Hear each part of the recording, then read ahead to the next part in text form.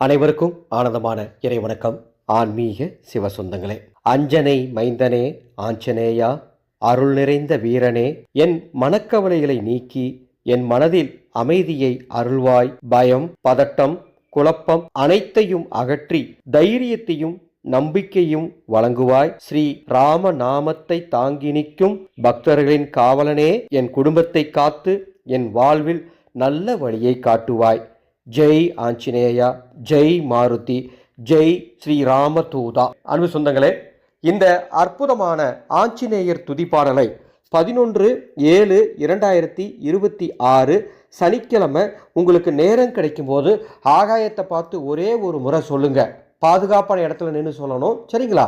ஒரே ஒரு முறை சொல்லிட்டீங்கன்னா உங்க மனசுல இருக்கக்கூடிய பயம், கவலைகள், பதட்டம் அத்துணையும் நீங்கி உங்கள் மனம் உற்சாகமாய், தெளிவாய், தைரியமாய் செயல்பட தொடங்கும். ஸ்ரீ